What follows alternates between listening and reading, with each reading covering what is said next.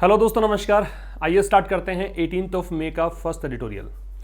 और स्टार्ट हम करें उससे पहले बता दूं आपको कि ग्रामर का कोर्स और ट्रांसलेशन वाला बैच, नई जो एप्लीकेशन है आशीष क्लासेस, वहां पर उपलब्ध करवाया गया आपको।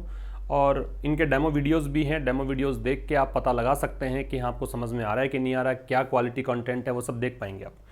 इसके अतिरिक्त एक एप्लीकेशन और है, आशीष क्लासेस इंग्लिश। ये स्क्रीनशॉट पुराना है, वैसे इसका नाम आशीष क्लासेस इंग्लिश कर दिया गया है। यहाँ पर जो आपको कोर्सेज दे रखे हैं उनमें एक तो एडिटोरियल वाला बैच है जो वेंसडे को हम स्टार्ट करेंगे, मीन्स कल से स्टार्ट होगा। एक ये जो कल से स्टार्ट होगा बैच, इसमें क्या होगा कि 2 एडिटोरियल्स मिलेंगे आपको। एक एडिटोरियल जो शाम को 5 बजे आपको मिलता है, वही यहाँ पे 11-12 बजे सुबह मिल जाएगा। और एक एडिटोरियल लेट नाइट को मिलेगा आपको। दूसरा जो एडिटोरियल होता है वो आपको बोर्ड पर नहीं मिलता है, मोबाइल स्क्रीन पर ही दिखेगा, ठीक है। और दोनों का PDF मिलेगा। ये कुछ डिफरेंस रहता है इस पेड कोर्स में। क्लोज टेस्ट और पैराजम्बल का बैच वो भी इसी के अंदर उपलब्ध है, आशीष क्लासेस इंग्लिश पर। तो आज का एडिटोरियल है अवॉइडिंग ब्रेकडाउन। और ये एडिटोरियल दूसरा एडिटोरियल है आज के न्यूज़पेपर का, क्योंकि ये ज़्यादा महत्वपूर्ण था। GST के बारे में आर्टिकल था, फाइनेंशियल आर्टिकल है। और फाइनेंशियल आर्टिकल्स में चूँकि वर्ड्स काफ़ी डिफ़िकल्ट रहते हैं, थोड़ा सा हमें अलग अप्रोच से इनको हैंडल करना होता है, इसलिए मैंने ये आर्टिकल लिया। तो पहला एडिटोरियल है वो मैं नहीं पढ़ा रहा हूँ, सेकेंड एडिटोरियल आज का हम पढ़ेंगे। Avoiding breakdown. ब्रेकडाउन से मतलब क्या है? ब्रेकडाउन से मतलब है कोलैप्स या फिर फेलियर,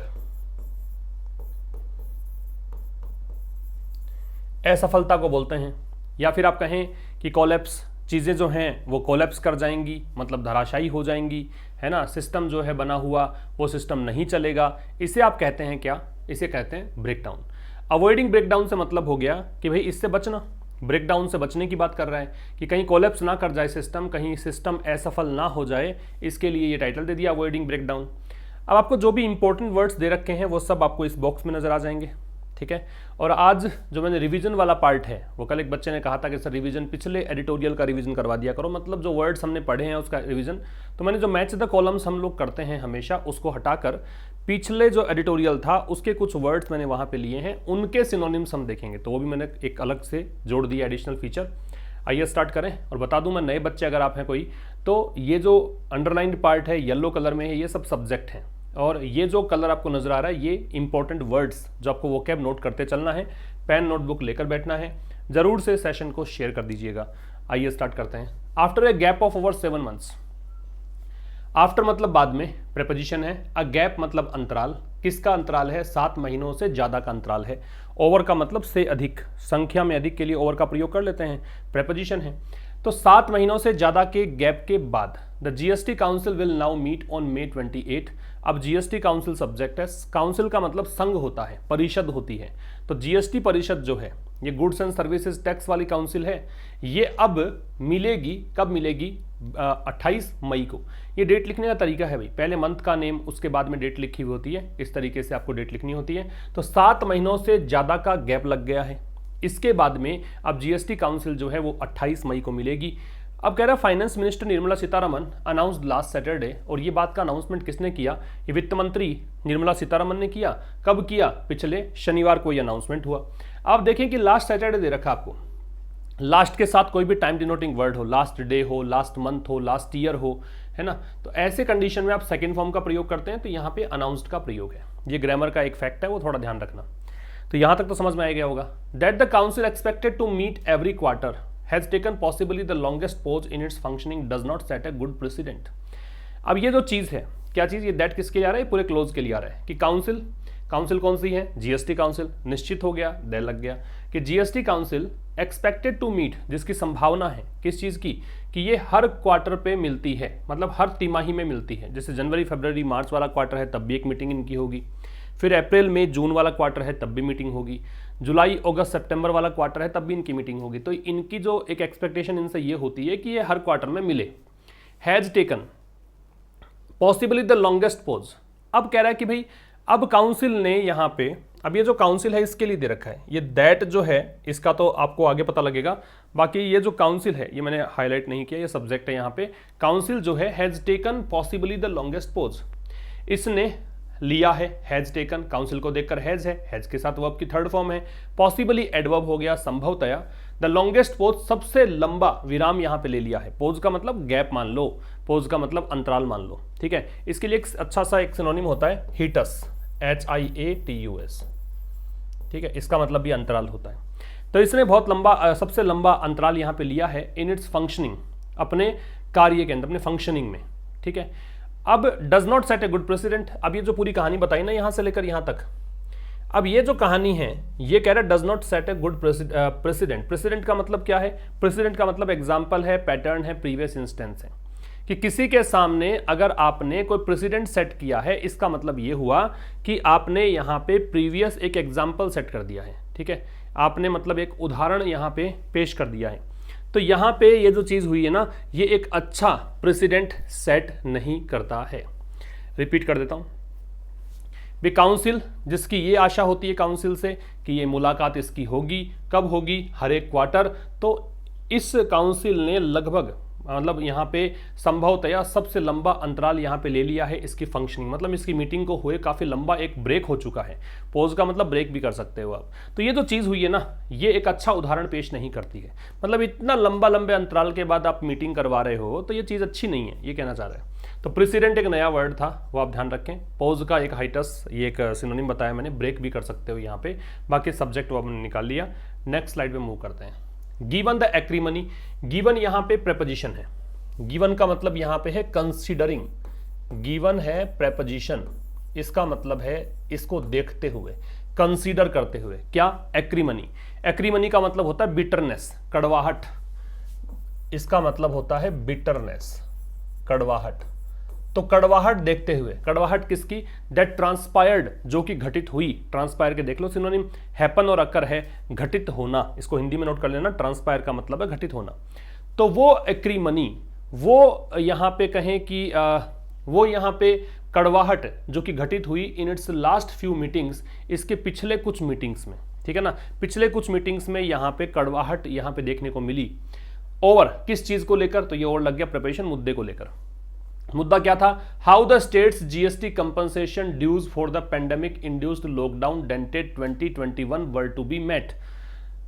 इस बात को लेकर कि how the states GST compensation, कि कैसे राज्यों का जो जीएसटी कंपनसेशन, कंपनसेशन का मतलब मुआवजा, भी कोई नुकसान आपका हो गया उसकी भरपाई करने को बोलते हैं कंपनसेशन, कि कैसे स्टेट का जो जीएसटी कंपनसेशन है, ड्यूज, कंपनसेशन ड्यूज का मतलब जो भी बकाया है, ड्यूज जो है वो नाउन है और ये हमेशा प्लूरल के रूप में ही आएगा। ड्यूज ऋण, बकाया ऋण को बोलते हैं।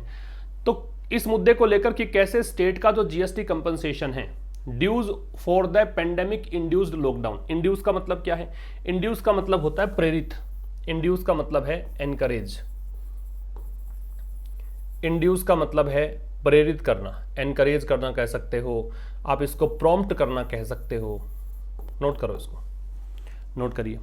मैं एक लाइट और ऑन कर देता हूं, नोट कर लो इसको।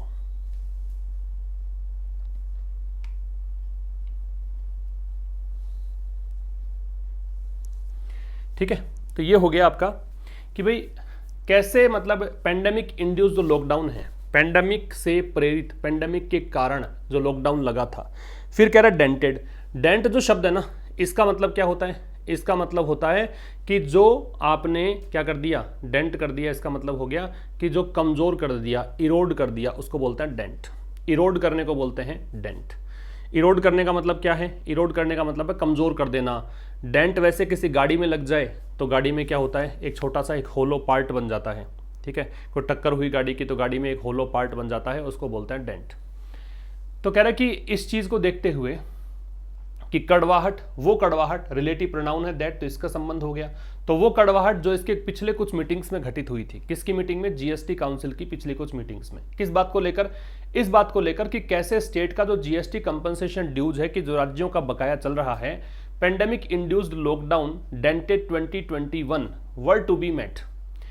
अब किसके लिए? ये वो मतलब बकाया है जो कि पेंडेमिक के कारण यहाँ पे लॉकडाउन लगाया गया, और लॉकडाउन के चलते यहाँ पे लॉकडाउन डेंटेड 2021, लॉकडाउन के चलते ये क्या हो गया? इरोड हो गया। ये यहाँ पे मतलब थोड़ा सा और इसको नुकसान हो गया। तो इनको कैसे, were to be met, were to be met passive voice है, इसको कैसे मतलब आपको पूरा करना है। मीट यहाँ पे है, इसका मतलब पूरा करने से है, कैसे ये नुकसान पूरा होगा, कैसे ये भरपाई होगी, है ना। इस चीज को लेकर यहाँ पे थोड़ा सा इनमें कड़वाहट रही। The long break makes centre state equations even more awkward. जो ये लॉन्ग ब्रेक यहाँ पे रहा, ये जो काफी लंबा ये जो अंतराल रहा, किस चीज को लेकर, जो मीटिंग में लंबा अंतराल है, इसकी वर्ब यहाँ पे मेक्स है। ये यहाँ पे सेंटर स्टेट जो इक्वेशंस, इक्वेशंस का मतलब समीकरण, तो ये जो लंबा ब्रेक है यहाँ पे मीटिंग नहीं हुई है, तो केंद्र और राज्यों के बीच जो समीकरण है इसको ये और ज्यादा ऑकवर्ड कर देता है। ऑकवर्ड का मतलब भद्दा होता है, और ज्यादा थोड़ा सा खराब कर देता है, कहने का मतलब ये है, ठीक है। तो इस प्रकार से ये और ज्यादा खराब कर देता है इक्वेशंस को जब मीटिंग नहीं हो रही है। यहां तक अगर मैं फिर से बताऊं आपको, तो आपको देखने वाली बातें जो थी इसके अंदर वो तो आपको नोट कर ही लेना है। एक तो इंड्यूस का मतलब नोट करना है, इंड्यूस का मतलब एनकरेज या प्रॉम्प्ट है। ये डेंट जो शब्द है इसका मतलब होता है इरोड या वीकन, ठीक है, कमजोर कर देना, नुकसान कर देना, क्षति पहुंचाना। और बाकी ट्रांसपायर का दे रखा है मैंने आपको यहाँ पे, हैपन और अकर, घटित होने को बोलते हैं। तो एक्रीमनी का बिटरनेस होता है। गिवन है प्रेपोजिशन, इसका मतलब कंसिडरिंग है। कहने का मतलब ये है कि भी कड़वाहट को देखते हुए, कड़वाहट कौन सी, जो इसकी पिछले कुछ मीटिंग्स में देखने में आई, किस कारण से आई, इस मुद्दे को लेकर आई कि भी स्टेट का जो जीएसटी कंपनसेशन ड्यूज है, स्टेट्स में यहाँ पे जो बकाया रहता है, कंपनसेशन ड्यूज रहता है for the pandemic induced lockdown. और किस कारण से ये बकाया था, क्योंकि पेंडेमिक के कारण यहाँ पे लॉकडाउन लग गया। और फिर कह रहा है कि भाई 2020-21 का जो सत्र था ना, ये जो वित्त वर्ष था, यहाँ पे इस लॉकडाउन के कारण इसने इस वित्त वर्ष को चौपट कर दिया, ठीक है। इसके चलते फिर कैसे यहाँ पे ये जो हाउ दे रखा है, कैसे यहाँ पे इन ड्यूज को, आई मीन ड्यूज की वर्ब है ये है वर्ड टू बी मेट, इनको मतलब कंपनसेशन ड्यूज को जो बकाया है, जो बकाया राशि है, उसको कैसे मतलब यहाँ पे भरपाई की जाएगी। पैसिव वॉइस हो गया ये बी के साथ थर्ड फॉर्म, ये तो हो ही गया। इसको देखते हुए जो लंबा ब्रेक यहाँ पे लिया गया है, मीटिंग जो इनकी काफी दिनों से नहीं हुई है, तो ये सेंटर और स्टेट के इक्वेशंस को और ज्यादा ऑकवर्ड कर देते हैं, ठीक है। आगे कह रहा है states later reluctantly agreed. States राज्य, लेटर है वो टाइम के लिए आता है। लेटर का जो ऑपोजिट होगा वो होता है, लेटर का ऑपोजिट होता है अर्लियर। ये टाइम के लिए यूज किया जाता है। एक LATTER होता है, उसका मतलब सीक्वेंस के लिए आता है, बाद वाला, नेक्स्ट के अर्थ में आता है। तो कह रहा है स्टेट्स ने लेटर रिलेक्टेंटली का मतलब अनविलिंगली, बिना इच्छा के। देखो एडिटोरियल आज वाला जो है उसमें वर्ड्स काफी सारे मिल जाएंगे आपको। रिलेक्टेंटली है वो एडवर्ब है, क्योंकि देखो अग्रीड से पहले आ रहा है, वर्ब की विशेषता बता रहा है, और LY एंडिंग है। LY एंडिंग जनरली जो वर्ड्स होते हैं ना वो एडवर्ब होते हैं। तो राज्यों ने बाद में मतलब सहमति जताई, लेकिन सहमत हुए, लेकिन बड़े अनविलिंग तरीके से सहमत हुए, मतलब इनकी इतनी इच्छा थी नहीं, बिना इच्छा के सहमति दर्शा दी। किस चीज को लेकर सहमत हो गए, तो देखो जब आप किसी प्रपोजल को लेकर अग्री होते हो वहां पे टू लगता है। जब भी आप अग्री हैं किसी प्रपोजल को लेकर वहां पे टू लगता है, तो प्रपोजल दे रखा है। तो स्टेट्स ने बाद में बिना किसी इच्छा के सहमति जता दी। किस चीज में, सेंटर्स प्रपोजल, केंद्र सरकार का जो प्रस्ताव है उससे सहमति जता दी। प्रस्ताव क्या था, केंद्र सरकार ने कहा था to raise 1.1 lakh crore. Raise का मतलब यहां पे इकट्ठा करो, जुटाओ, ठीक है। अब जैसे रेज फंड होता है, फंड जुटाने को रेज बोलते हैं। रेज है वो ट्रांजिटिव वर्ब है, याद रखना। रेज के बाद में हमेशा एक ऑब्जेक्ट मिलेगा, ये भी याद रखना। तो यहाँ पे एक ऑब्जेक्ट दे रखा है 1.1 लाख करोड़। एक इसी से मिलती जुलती एक वर्ब होती है राइज। राइज जो होती है वर्ब, इसका मतलब होता है वो इंट्रांजिटिव वर्ब होती है, वो अपने आप उठना होता है, ये उठाना होता है, जुटाना होता है।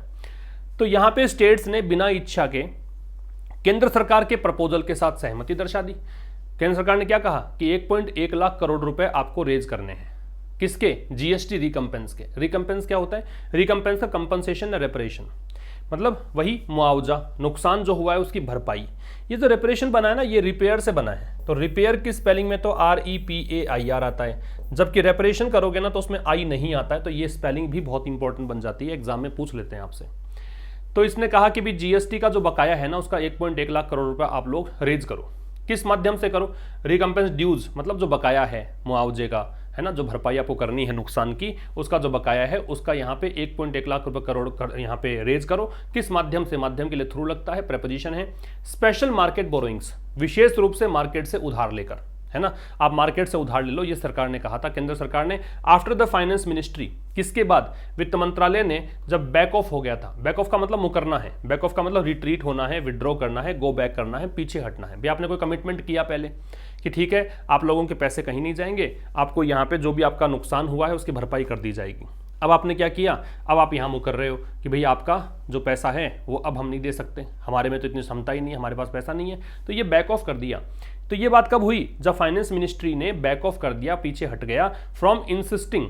किस चीज़ से पीछे हट गया, इस चीज़ से। इंसिस्ट का मतलब होता है जोर देना, चूंकि फ्रॉम प्रेपोजिशन इसलिए आईएनजी लग गया।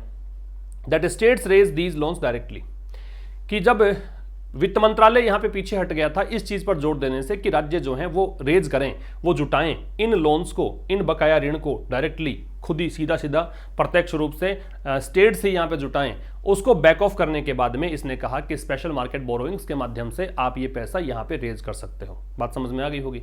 तो यहाँ से यहाँ तक की जो कहानी है, देखो एक ही एक सेंटेंस में बहुत कुछ सीखने को होता है। वैसे स्टेट्स यहाँ पे सब्जेक्ट है, इसकी वर्ब अग्रीड है, अग्री के बाद में टू लगा है क्योंकि प्रपोजल से सहमति हो तो वहां पे टू लगाना है।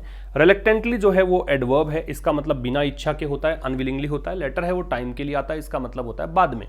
इसका जो ऑपोजिट होगा लेटर का वो होता है अर्लियर, ये ध्यान रखना। तो कह रहा है कि स्टेट्स लेटर रिलेक्टेंटली अग्रीड, जो राज्य हैं वो बाद में बिना इच्छा के सहमत हो गए। किस बात को लेकर सहमत हो गए, सेंटर्स प्रपोजल, केंद्र सरकार के प्रपोजल को लेकर, ठीक है, टू रेज 1.1 लाख करोड़। और प्रपोजल क्या था कि 1.1 लाख करोड़ जो जीएसटी का बकाया है आपका वो आप रेज करो। और कैसे रेज करो, इस माध्यम से करो, थ्रू प्रिपरेशन, इसका मतलब माध्यम होता है। और ये बात कब कही, जब फाइनेंस मिनिस्ट्री यहाँ पे बैक ऑफ कर गई थी, पीछे हट गई थी। पहले तो ये जोर दे रही थी कि भाई स्टेट्स जो है वो इन लोन्स को डायरेक्टली यहाँ पे रेज कर सकते हैं। उसके बाद जब बैक ऑफ कर दिया इसने, उसके बाद ये बात यहाँ पे कही गई। समझ में आ गया होगा। आगे देखो, in the intervening period, intervening का मतलब मिडल, इंटरवीनिंग का मतलब बीच का समय, मीन वाइल कह सकते हो, मिडल कह सकते हो। वैसे इंटरवीन का हस्तक्षेप करना होता है, इंटरसीड होता है। तो कह रहा है कि इस इंटरवीनिंग पीरियड में, कौन सा पीरियड हो गया, इंटरवीनिंग पीरियड हो गया, मतलब ये हो गया आपका बीच का समय। तो बीच के समय में कौन सा बीच का समय हो गया भैया जी, मीटिंग आयोजित करने की बात कर रहा है 28 मई को, और पहले जो ये सब कुछ कर चुका है स्टेट केंद्र सरकार के कहने पर, इसका जो बीच का समय था ना। The economy almost surge, surge का मतलब क्या है, सर्ज का मतलब इंक्रीज, राइज, ग्रो, एस्केलेट, मतलब बढ़ना है, ऊपर की ओर उठने को बोलते हैं सर्ज, और नीचे की ओर गिरने को बोलते हैं प्लमेट।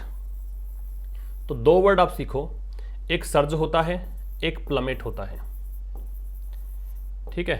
अगर बढ़ रहा है तो ये सर्ज है, और घट रहा है तो प्लमेट है। प्लमेट का तेजी से नीचे गिरना, सर्ज का तेजी से ऊपर उठना। तो इंटरवीनिंग पीरियड में मतलब बीच का जो समय है उसमें इकोनॉमी, अर्थव्यवस्था जो है ऑलमोस्ट एडवर्ब है, लगभग ये अर्थव्यवस्था वापस से ग्रो कर गई और नॉर्मलसी पर आ गई, मतलब सामान्य हो गई अर्थव्यवस्था। जो नुकसान इसको हुआ था लॉकडाउन के चलते, कोविड के चलते, है ना, तो वापस से मतलब पुनः एक सामान्य माहौल की तरफ लौटने लग गई। बिफोर बीइंग होबल्ड अगेन, किससे पहले, होबल किए जाने से पहले। बिफोर मतलब के पहले, प्रेपोजिशन है इसलिए यहाँ पे आईएनजी लग गया। होबल्ड ये पैसिव वॉइस हो गया, बीइंग होबल्ड। होबल का मतलब क्या होता है, रेस्ट्रिक्ट करना, हैमस्ट्रिंग करना, रुकावट डालना, ठीक है। तो रुकावट डलने से पहले, रुकावट क्यों डली इसमें, again by the second wave of infections, एक बार फिर से यहाँ पे रुकावट आई है। किस कारण से आई है, इन्फेक्शंस की सेकेंड वेव के कारण, जो संक्रमण की दूसरी लहर यहाँ पे चल रही है कोविड वाली, उसके कारण यहाँ पे फिर से रुकावट आने लग गई है। और उससे पहले तो क्या था कि इकोनॉमी जो है वो सर्ज कर गई थी और नॉर्मलसी तक लौट आई थी। समझ रहे हो।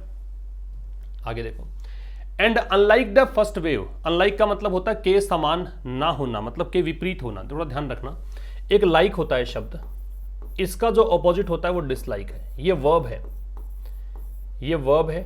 लाइक का पसंद करना, डिसलाइक का नापसंद करना, एक दूसरे के ऑपोजिट्स हैं। एक होता है लाइक प्रेपोजिशन, तो इसका ऑपोजिट होता है अनलाइक, ये प्रेपोजिशन है, तो ये होता है के विपरीत होना, ठीक है। तो कह रहा है and unlike the first wave, और जो पहली संक्रमण की लहर आई थी ना उसके विपरीत, there is a greater onus. Onus का मतलब होता है रेस्पॉन्सिबिलिटी, ऑनस का मतलब होता है रेस्पॉन्सिबिलिटी, ये वर्ड तो काफी बार आ चुका। तो कह रहा है कि भाई पहली लहर के विपरीत there is a greater onus, अब जो है बड़ी जिम्मेदारी है। देयर से स्टार्ट हुआ है नया वाक्य, तो यहाँ पे इज आ रहा है, वो इसको देख के आ रहा है ना, इन्वर्जन लग रहा है। तो बहुत बड़ी जिम्मेदारी है, किस पर, स्टेट्स पर, राज्यों पर। अब to figure out, figure out का मतलब पता लगाना, है ना, फिगर आउट का मतलब समझना, फाइंड आउट करना। अब किस लिए है बड़ी जिम्मेदारी, इस चीज को समझने के लिए everything from what mobility restrictions to put in place, कि यहां पे अब बड़ी जिम्मेदारी है पता लगाने की, फिगर आउट करने की, समझने की, हर एक चीज को। किससे, from what mobility restrictions to put in place, यहां से स्टार्ट कर दो कहाँ से कहाँ तक है, तो यहाँ से कर दो स्टार्ट। ये एक रेंज बता रहा है। व्हाट मोबिलिटी रेस्ट्रिक्शंस, मतलब कौन से मोबिलिटी रेस्ट्रिक्शंस का मतलब इधर से उधर जाने को मोबिलिटी बोलते हैं। रेस्ट्रिक्शंस का मतलब क्या होता है, प्रतिबंध होता है कि कौन से मोबिलिटी रेस्ट्रिक्शंस जो हैं टू पुट इन प्लेस, उनको प्लेस किया जाना है, मतलब कौन से मोबिलिटी रेस्ट्रिक्शंस को यहाँ पे लगाया जाना है। ठीक है, मतलब ट्रांसपोर्टेशन होता है, गाड़ियां इधर से उधर जाती हैं। तो अब चूंकि लॉकडाउन लग गया और सेकेंड वेव जो है वो थोड़ी ज़्यादा डेंजरस है, फैटल है, काफ़ी लोग मर रहे हैं, तो यहाँ पे जिम्मेदारी बनती है यहाँ पे राज्यों की कि वो अब समझे हर एक चीज़ को, कहाँ से कहाँ तक समझना है। तो इसको एक चीज़ तो ये समझनी है कि कौन से मोबिलिटी रेस्ट्रिक्शंस को लगाना है। दूसरा टू, अब यहाँ से स्टार्ट हो गया यहाँ तक, to vaccination sequencing. Vaccination sequencing का मतलब है जैसे एक कोई वैक्सीन है, उसकी 2 डोज लग रही है, तो कितने अंतराल में दूसरी डोज लगानी है। ठीक है ना, जैसे कोविशील्ड का अभी 12 सप्ताह तक, 8 से 12 सप्ताह तक का टाइम कर दिया सेकेंड डोज लेने का, तो यहाँ तक कि वैक्सीनेशन सिक्वेंसिंग तक की बात समझनी है। और क्या समझना है, and the bigger headache of sourcing enough vaccine from with in और आउटसाइड इंडिया। इससे बड़ी हेडेक, इससे बड़ा सरदर्द किसके लिए, राज्य के लिए, वो क्या है, सोर्सिंग। सोर्स का मतलब यहाँ पे है, सोर्स का मतलब यहाँ पे है मंगवाना। सोर्स से मतलब है प्रोक्योरमेंट कह सकते हो, यहाँ पे सोर्स को कह सकते हो प्रोक्योरमेंट, मंगवाना, खरीदारी करना। ठीक है, और इससे बड़ी हेडेक ये है कि भी पर्याप्त मात्रा में वैक्सीन मंगवा लिए जाए फ्रॉम विद इन और आउटसाइड इंडिया। कहां से मंगवाए, भारत के अंदर से ही या फिर भारत के बाहर से। ये स्टेट्स की जिम्मेदारी बन गई अब। तो यहां तक की कहानी अगर देखोगे तो एक तो फिगर आउट एक वर्ड आया है, एक सोर्सिंग वर्ड आया है, बाकी आपको सिंपल जो सब्जेक्ट वर्ब निकालने थे। तो कह रहा है कि पहली वेव के विपरीत अब बड़ी जिम्मेदारी है स्टेट्स पर। किस चीज़ की जिम्मेदारी है, अब स्टेट्स को समझना है हर एक चीज़ को, कौन कौन सी चीज़ें समझनी है। तो यहाँ से स्टार्ट कर दो कि मोबिलिटी रेस्ट्रिक्शंस कौन से लगाए जाने हैं। फिर दूसरी बात यहाँ पे समझनी है कि वैक्सीन सिक्वेंसिंग के बारे में समझना है कि कितना अंतराल पे वैक्सीन लगवाई जाए, सेकेंड डोज दिया जाए। और कह रहा है कि बड़ा, इससे ये बड़ा हेडेक ये है यहाँ पे राज्य सरकारों के लिए कि यहाँ पे पर्याप्त मात्रा में वैक्सीन मंगवाएं, चाहे वो भारत के अंदर से मंगवाएं या फिर भारत के बाहर से मंगवाएं। समझ रहे हो, तो ये ग्रेटर एक ओनस है। आगे कह रहा है काउंसिल मीटिंग बिफोर और आफ्टर द यूनियन बजट। अब ये काउंसिल मीटिंग वही जीएसटी काउंसिल मीटिंग है। तो जीएसटी काउंसिल की जो मीटिंग है बिफोर और आफ्टर द यूनियन बजट, किससे पहले या बाद में, यूनियन बजट से पहले या यूनियन बजट के बाद में, केंद्रीय बजट घोषित हो गया उसके पहले या उसके बाद में, could have helped soothe states frayed nerves. ये जो फ्रेड नाउज होता है ना, इसका मतलब चिंतित होना होता है ना। और सूद का मतलब होता है पैसिफाई करना, राहत देना, पैसिफाई करना, राहत देने को बोलते हैं क्या, सूद। मोलिफाई करना, सूद करना, राहत देना। तो कह रहा है कि भाई एक काउंसिल मीटिंग बिफोर और आफ्टर द यूनियन बजट, तो एक काउंसिल मीटिंग जो है किसी यूनियन बजट से पहले या बाद में, ये यहाँ पे हेल्प कर सकती थी। अगर काउंसिल मीटिंग हो जाती यूनियन बजट से पहले या फिर इन बजट को घोषित करने के बाद में, तो ये हेल्प कर सकती थी। कुड हैव के साथ वर्ब की थर्ड फॉर्म लगाते हो, इसका मतलब ऐसा हो सकता था। तो ये हेल्प कर सकती थी किस में, अब देखो हेल्प के ठीक बाद में V0 आ रहा है, तो हेल्प के बाद में जब वर्ब लगानी होती है तो सीधा V0 लगाओ। अगर 2 + V0 लगाओगे तो भी गलत नहीं है, लेकिन ज़्यादा ट्रेंड में ये है कि हेल्प के साथ सीधा V0 लगाना है। और स्टेट्स चूंकि अब ये अपोस्ट्रोफे है और स्टेट्स चूंकि प्लूरल है, इस कारण से अपोस्ट्रोफे एस के बाद में केवल अपोस्ट्रोफे ही लगा सकते हो, वरना अगर आपने अपोस्ट्रोफे एस पुट कर दिया तो गड़बड़ हो जाएगा। फिर तो मतलब आपको है ना ये साउंड थोड़ा सा प्रॉब्लम आएगी, कैसे इसको प्रोनाउंशिएट करेंगे प्रॉब्लम आएगी। तो जब प्लूरल नाउन हो, एस और ईएस एंडिंग हो, तो अपोस्ट्रोफे का प्रयोग करते हैं। ठीक है, तो अगर कोई मीटिंग हो जाती यूनियन बजट से पहले या उसके बाद में, तो ये यहाँ पे जो राज्यों की चिंताएं हैं उसको ये शांत कर सकती थी, है ना। ये मीटिंग हो जाती तो थोड़ी चिंताएं शांत हो जाती यहाँ पे राज्यों की। तो वरीड और नर्वस को बोलते हैं फ्रेड नाउज। आगे देखो, हैविंग इग्नोर्ड, हैविंग के साथ वर्ब की थर्ड फॉर्म है, ये आपका परफेक्ट पार्टिसिपल है।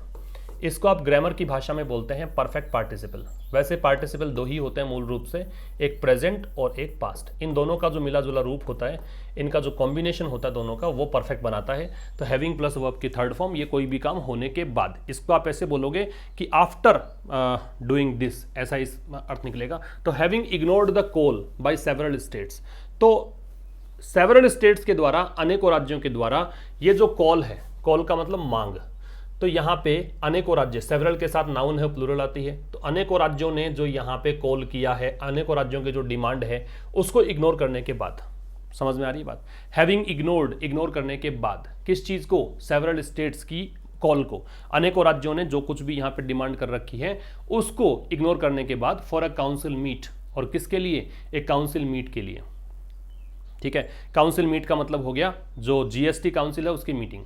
तो जीएसटी काउंसिल की मीटिंग का यहाँ पे एक डिमांड थी सभी स्टेट्स की, उसको इग्नोर करने के बाद ऑल दीज मंथ्स, मतलब इन सभी महीनों में, इन हाल ही के महीनों के अंदर लगातार राज्य कहते रहे कि भी मीटिंग आयोजित करो, मीटिंग की जरूरत है, लेकिन केंद्र सरकार लगातार इसको टालती रही, लगातार इसको क्या करती रही, इग्नोर करती रही। इसके बाद, और क्यों, कैसे इग्नोर किया, साइटिंग इस चीज का हवाला देते हुए कि असेंबली पोल्स हैं, अभी तो विधानसभा चुनाव है, अभी तो मीटिंग नहीं होगी, ये कहकर टालती रही केंद्र सरकार। साइट का मतलब क्या है, साइट का मतलब रेफर टू है, साइट का मतलब अल्यूड है, साइट का मतलब मेंशन है। ठीक है, अल्यूड या रेफर या मेंशन, ठीक है, ये इसका मतलब हो गया हवाला देना, किसी की ओर संकेत करना, किसी चीज को मेंशन करना, जिक्र करना। तो इस चीज का जिक्र करते हुए ये प्रेजेंट पार्टिसिपल होगा, जब दो काम साथ में होते हैं तो यहाँ पे इग्नोर भी किया और ये कहते हुए इग्नोर किया, तो इसलिए प्रेजेंट पार्टिसिपल है ये।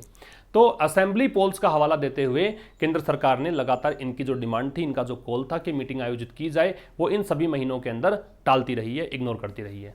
The centre will now also have to contend with, contend with का मतलब है डील विद, देखो दे रखा है कॉप विद, डील विद, निपटना।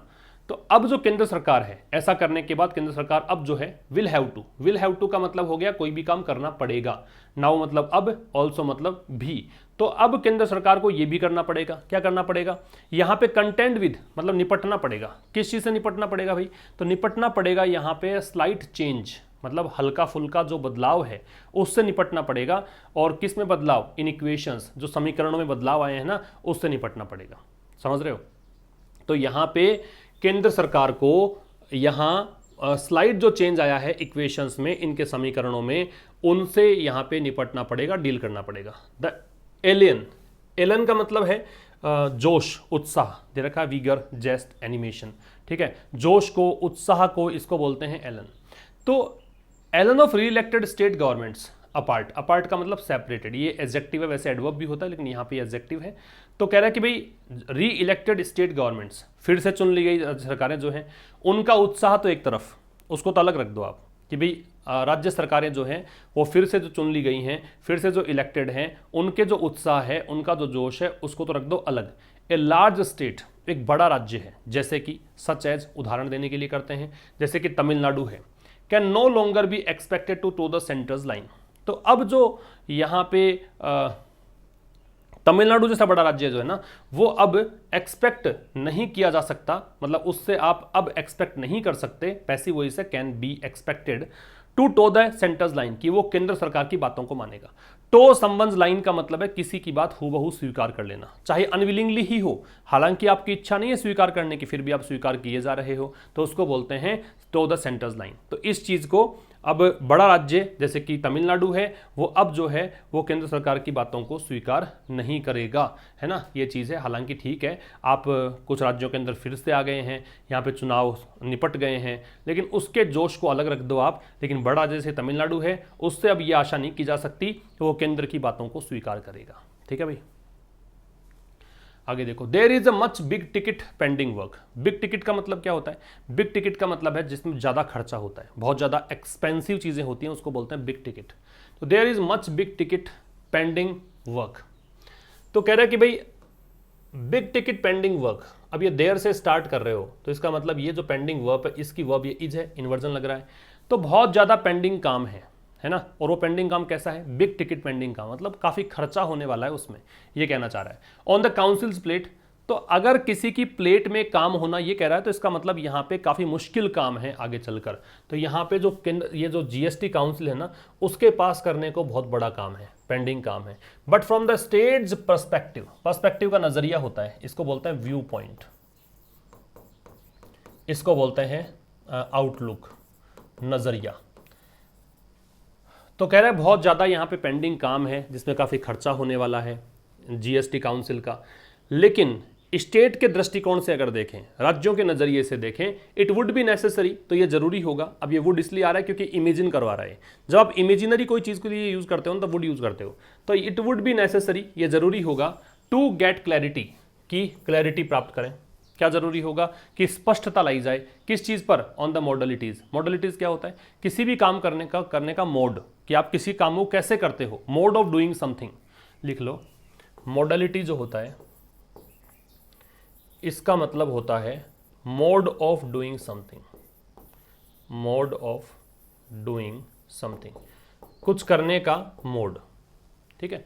तो इट वुड बी नेसेसरी, जरूरी होगा टू गेट क्लैरिटी, कि इस बात पे स्पष्टता लाई जाए on the modalities of receiving the 63,000 crore rupees GST compensation still due to them, कि राज्यों के दृष्टिकोण से ये यहाँ पे जरूरी होगा कि थोड़ी स्पष्टता मिले किस चीज़ पर, मॉडलिटीज़ पर, कि आप भी कैसे करोगे, तरीका बताओ हमारे को। राज्य चाहते हैं कि वो पता लगाएं कि वो कैसे रिसीव करेंगे जो 63,000 करोड़ का जीएसटी कंपनसेशन चल रहा है ना, कंपनसेशन ड्यू चल रहा है, अभी भी ड्यू है टू देम, मतलब उनके लिए, मतलब यहाँ पे देम आ रहा है स्टेट्स के लिए। कहने का मतलब राज्य मांगते हैं केंद्र के साथ, केंद्र से पैसा 63,000 करोड़, वो पैसा कैसे लाओगे, वो क्लैरिटी चाहिए राज्यों को।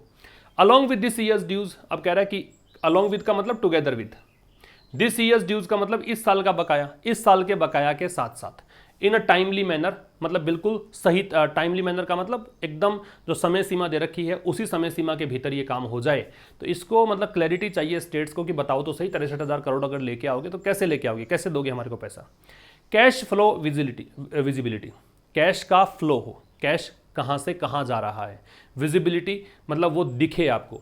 तो कैश फ्लो विजिबिलिटी जो है would help them gear up better, कि अगर उनको राज्यों को पता रहेगा ना कि ये पैसा कैसे आएगा, है ना, कैश फ्लो विजिबिलिटी कैसे होगी, तो ये हेल्प करेगा उनकी, देम आ रहा है किसके लिए, राज्यों के लिए, कि वो अधिक अच्छे से तैयारी कर सके। तो यहाँ पे गियर अप का मतलब क्या है, प्रिपेयर करना, गेट रेडी, प्रिपेयर। तो ये यहाँ पे हेल्प करेगा उनकी अधिक अच्छे से तैयारी करने में, ठीक है।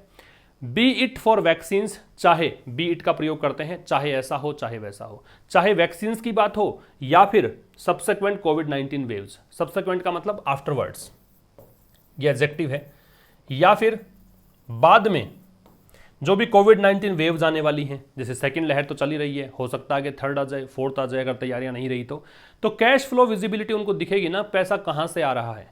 आप मॉडलिटी बताओ, आप मोड बताओ, पैसा कैसे दोगे हमारे को, कैसा चुकाओगे, और उनको दिखेगा ना कि कैसे आप चुका सकोगे पैसा, तो वो उनकी तैयारियां अच्छी कर देगा। स्टेट्स यहाँ पे अच्छे से तैयारी कर पाएंगे, चाहे फिर वैक्सीन के लिए तैयारी करनी हो या आगे आने वाली लहरों की तैयारी करनी हो कि कैसे ये वेव्स आएंगी कोविड की, उस बारे में तैयारी करनी हो। इवन मोर प्रेसिंग, प्रेसिंग का मतलब है सीरियस, प्रेसिंग का मतलब है बहुत ही डिफिकल्ट, ठीक है। तो या वाइटल, इंपॉर्टेंट कह सकते हो। देखो सीरियस है, वाइटल है, क्रूशियल है, महत्वपूर्ण को भी कहते हैं, गंभीर भी कहते हैं। इससे भी ज़्यादा इंपॉर्टेंट बात, इससे भी ज़्यादा गंभीर बात क्या है, इज द डिमांड, वो है ये मांग। मांग क्या है, to drop GST on material to battle the pandemic, कि इस वैश्विक महामारी से लड़ने के लिए जो भी मटेरियल चाहिए आपको, भी वैश्विक महामारी लड़ने के लिए आपको मास्क चाहिए, आपको इसके लड़ने के लिए बढ़िया से हेल्थ इंफ्रास्ट्रक्चर चाहिए, है ना। तो ये सब चीज़ें जो होती है, वैक्सीन चाहिए, तो उन चीज़ों पर क्या कर दिया जाए, जीएसटी को ड्रॉप कर दिया जाए, जीएसटी लगाई ना जाए। इससे भी ज़्यादा गंभीर बात, इससे भी ज़्यादा इंपॉर्टेंट बात यह है कि यहाँ पे डिमांड है किस चीज़ की, कि जीएसटी को ड्रॉप करो, जीएसटी लगाओ मत, किस चीज़ पर, उस मटेरियल पर जो कि पेंडेमिक से लड़ने के लिए चाहिए। इंक्लूडिंग यहाँ पे प्रेपोजिशन है ना, एक्सक्लूडिंग, इंक्लूडिंग दोनों प्रेपोजिशन होते हैं। इसमें शामिल है क्या, तो 12% टैक्स ऑन ऑक्सीजन कंसंट्रेटर्स। इसमें यह शामिल है कि एक तो डिमांड ये है कि ऑक्सीजन कंसंट्रेटर्स, ये एक इक्विपमेंट होता है भाई, ये वातावरण की जो हवा होती है उसमें से ऑक्सीजन प्रोवाइड कर देता है। कोई व्यक्ति सीरियस नहीं है, ऑक्सीजन की कमी है, तो घर पे ऑक्सीजन कंसंट्रेटर से वो पूर्ति हो सकती है ऑक्सीजन की। तो ये एक उपकरण है ऑक्सीजन कंसंट्रेटर, ये तो नाम आपने बहुत बार सुना होगा इन दिनों के अंदर। तो कह रहा है कि इसमें ये जो डिमांड है ना कि भी वो मटेरियल जो कि पेंडेमिक से लड़ाई करने के लिए ज़रूरी है आपको, उस पर आप हटा दो इसको, जीएसटी को। तो उसमें कौन सा शामिल है जीएसटी, एक तो 12% जीएसटी लगता है हाल फिलहाल ऑक्सीजन कंसंट्रेटर पर, 5% लगता है वैक्सीन्स पर, and on relief supplies from abroad. और कह रहा है कि जो भी विदेश से सामान आता है, रिलीफ सप्लाईज आती है, राहत सामग्री आती है ना, रिलीफ का राहत, सप्लाईज का मतलब आपूर्ति होती है, फ्रॉम अब्रोड का मतलब विदेश से, उस पर पैसा लगता है, तो उनको हटा दो आप। मिस सीतारमन रेस्पॉन्डेड विद, देखो कोई भी महिला है, सेलिब्रिटी है, उससे पहले आप मिसेज या मिस नहीं लगाएंगे, है ना। You should not concern about whether she is married और not, just you have to place on honorific word which is miss, ये मिस लगाएंगे। तो मिस सीतारमन जो है उन्होंने रेस्पॉन्ड किया with a tweet storm. Tweet storm का मतलब एक के बाद एक ट्वीट किए, एक के बाद एक लगातार, ये होता है ट्वीट स्टॉर्म। तो मीत सीतारमन ने यहाँ पे एक के बाद एक ट्वीट किए और किसको रेस्पॉन्ड किया है? रेस्पॉन्ड किया है टू ए मिसिव, एक लेटर का उत्तर दिया है। लेटर या मैसेज को बोलते हैं मिसिव। तो एक लेटर का उत्तर दिया है ऑन द इश्यू, मुद्दे पर। मुद्दा कौन सा है? From the West Bengal CM to the PM, कि जो एक लेटर लिखा गया था, वेस्ट बंगाल की सीएम ने पीएम को पत्र लिखा था। ममता बनर्जी जैसे सीएम है ना, और उन्होंने पीएम को पत्र लिखा था राज्य के हालात को लेकर। तो उस पत्र का उत्तर मीत सीतारमन ने दिया है ट्वीट स्टॉर्म के साथ, एक के बाद एक ट्वीट के जरिए। दिस सजेस्ट, अब यहाँ पे ये जो चीज़ हुई है ना, ये यहाँ पे सुझाता है, संकेत देता है एन इरेसिबल अप्रोच। इरेसिबल का मतलब बहुत ही इरिटेबल अप्रोच है, टेस्टी है, टची है ना। चिड़चिड़ी चीज़ जो हो, जो किसी को जल्दी गुस्सा दिलाने वाली हो, अनोय करने वाली हो, उसको बोलते हैं इरेसिबल। एडजेक्टिव है, ये नाउन है। तो ये यहाँ पे सजेस्ट करता है, दिस को देखकर सजेस्ट आ गया, दिस सिंगुलर है तो सजेस्ट वर्ब यहाँ पे सिंगुलर है। तो ये यहाँ पे दर्शाता है कि आपके जो अप्रोच है ना एक मुद्दे को लेकर, वो काफ़ी चिढ़ाने वाली अप्रोच है। That more states are raising, और ये जो चीज़ है ना, that more states are raising, ये जो मुद्दा है ये अधिक से अधिक स्टेट्स जो हैं वो रेज कर रहे हैं। ठीक है, तो ये मुद्दा जो है, ये किसी भी मुद्दे को लेकर जो अप्रोच है आपकी इरेसिबल है। That more states are raising, ये वो मुद्दा जो कि अधिक से अधिक स्टेट्स जो हैं वो रेज कर रहे हैं। वहाँ उस मुद्दे को जब आप अप्रोच लेते हो, उसको निपटने की बात करते हो, तो आप उसको निपटाने का तरीका जो है आपका बड़ा ही इरेसिबल है। इरेसिबल एडजेक्टिव है भाई। Tax experts believe solutions, tax experts जो है ना वो बिलीव करते हैं, उनका विश्वास है किस चीज़ में? सॉल्यूशंस आर पॉसिबल, उनका विश्वास है कि हल जो है वो संभव है। To reduce the GST burden, किस चीज़ के लिए? कि जीएसटी बर्डन को कम करने के सॉल्यूशन हैं, ये उनका विश्वास है टैक्स एक्सपर्ट्स का। टैक्स एक्सपर्ट्स की वर्ब है वो बिलीव है। The centre had drop the GST, अब केंद्र सरकार ने क्या किया? जीएसटी को ड्रॉप कर दिया ऑन सैनिटरी नैपकिन्स पर कर दिया। After strongly defending the tax, और कब किया? ये इस चीज़ के बाद में किया, पहले तो इस टैक्स को बहुत अच्छे से डिफेंड इन्होंने किया, बड़े ही सख्ती से, बहुत ही स्ट्रॉन्ग तरीके से, मजबूती से डिफेंड किया कि ये टैक्स तो मिलना ही चाहिए, लेकिन उसके बाद में इसने ड्रॉप कर दिया। स्ट्रांगली एडवर्ब है, ठीक है। फिर कह रहा है with one stated worry being cheap imports, with one stated worry being cheap imports, इस चीज़ के साथ कि यहाँ पे किसी ने स्टेटेड वरी, चिंता जाहिर की थी। स्टेट का मतलब है यहाँ पे एक्सप्रेस करना, वरी जाहिर की थी। बीइंग चीप इंपोर्ट्स, किस चीज़ की चिंता? चिंता ये कि जो आप इंपोर्ट्स कर रहे हो, है ना, जो आयात हो रहा है वो काफ़ी सस्ता हो रहा है, चीप इंपोर्ट्स हो रहा है। तो कह रहा है कि भाई जब किसी ने यहाँ पे चिंता जाहिर की थी, किस चीज़ की? Being cheap imports. चीप का मतलब यहाँ पे यूँ भी कह सकते हो बहुत कम इंपोर्ट हो रहा है ना, तो बहुत कम इंपोर्ट हो रहा है, इसकी चिंता बताई। तो यहाँ पे इसने क्या किया? केंद्र सरकार ने ड्रॉप कर दिया जीएसटी को सैनिटरी नैपकिन्स पर। In the case of vaccines, vaccines के केस में, और क्रिटिकल सप्लाईज, क्रिटिकल का मतलब यहाँ पे इंपॉर्टेंट है, सिग्निफिकेंट है, और जो महत्वपूर्ण चीज़ें हैं उनकी सप्लाईज। तो वैक्सीन्स पर और क्रिटिकल सप्लाईज के केस में the more the imports the merrier it is now. The more the merrier का मतलब है जितनी बड़ी संख्या में होगा उतना ही अच्छा होगा। ये एक फ्रेज होती है, the more the merrier. Merry का मतलब ये खुश होने को बोलते हैं, लेकिन ये फ्रेज है, इसका मतलब जितनी बड़ी संख्या में कोई चीज़ होगी उतना ही बेहतर होगा। तो कह रहा है कि भाई इस केस में अगर देखें, वैक्सीन्स और क्रिटिकल सप्लाईज के केस में देखें, जो महत्वपूर्ण चीज़ें हैं उनकी सप्लाईज के केस में देखें, तो जितनी बड़ी संख्या में इंपोर्ट होगा इनका या क्रिटिकल सप्लाईज होगी, उतना ही बेहतर यहाँ पे चीज़ें निकल कर आएंगी। जितना ज़्यादा इंपोर्ट होगा इन चीज़ों का, उतना ही ज़्यादा बेहतर होगा। That the GST revenue will be shared, अब ये जो चीज़ है कि जीएसटी रेवेन्यू को शेयर किया जाएगा, किसके साथ? स्टेट्स के साथ। जीएसटी से जो रेवेन्यू होगा, रेवेन्यू का मतलब इनकम हो गया, तो जीएसटी से जो भी आय होगी उसको हम शेयर करेंगे किसके साथ? स्टेट्स के साथ।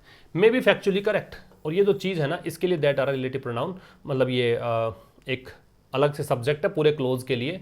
तो ये जो चीज़ है हो सकता है कि फैक्चुअली तो करेक्ट हो, मतलब आप फैक्ट से देखें तो ये ठीक लगती है बात, हो सकता है ऐसा लगे, में दे रखा संभावना है। तो जीएसटी रेवेन्यू जो है उसको शेयर किया जाएगा स्टेट्स के साथ में, ये बात फैक्चुअली करेक्ट लग सकती है, बट श्योरली, लेकिन निश्चित रूप से, neither the states nor the centre are eyeing कोविड-19 expenses as a fat source of revenue. अच्छा जी, ये गलत दे रखा आपको, नोर के बाद में द सेंटर है, नोर के बाद जो सब्जेक्ट होता है उसको देखकर वर्ब लगाते हैं, तो आर नहीं आएगा, ई जाएगा।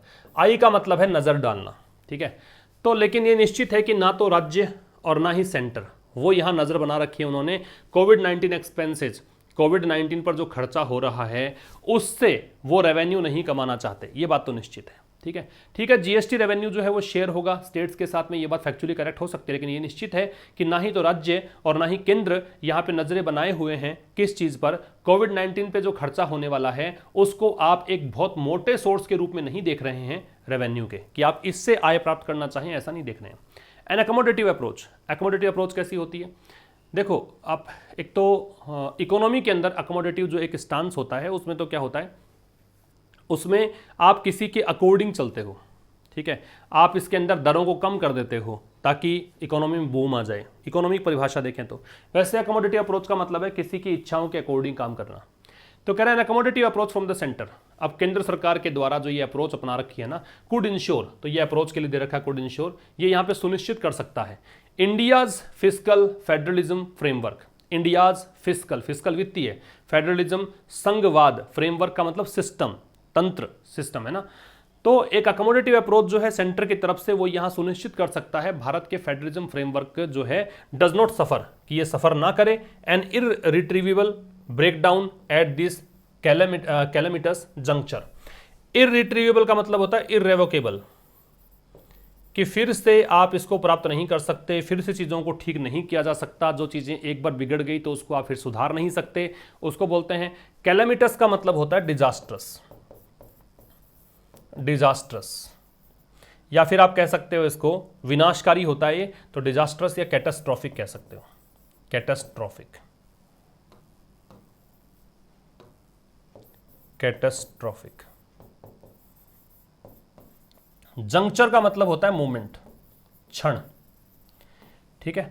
तो यहां पे एक अकोमोडेटिव अप्रोच जो है केंद्र सरकार के द्वारा ये यहां पे सुनिश्चित कर सकता है कि भारत का जो ये फिस्कल फेडरलिज्म फ्रेमवर्क है, फेडरलिज्म इसलिए कहा गया क्योंकि देखो भारत में केंद्र सरकार फिर विकेंद्रीकरण होता है, राज्य सरकारों से मिलकर बनी है केंद्र सरकार, ऐसे मतलब राज्यों से मिलकर बना है संघ।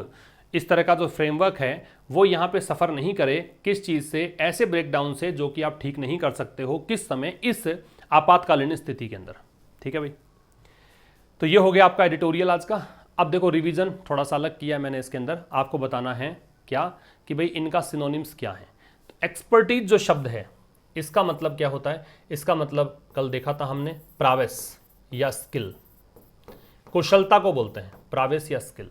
कैवेलियर का मतलब क्या होता है, इनडिफरेंट कह सकते हो, इनडिफरेंट या ऑफ हैंड, मतलब जो न्यूट्रल हो एकदम, जो एकदम उदासीन हो, किसी से कोई मतलब ना हो, उस अप्रोच को कैवेलियर अप्रोच बोलते हैं, ठीक है, कल पढ़ा था हमने।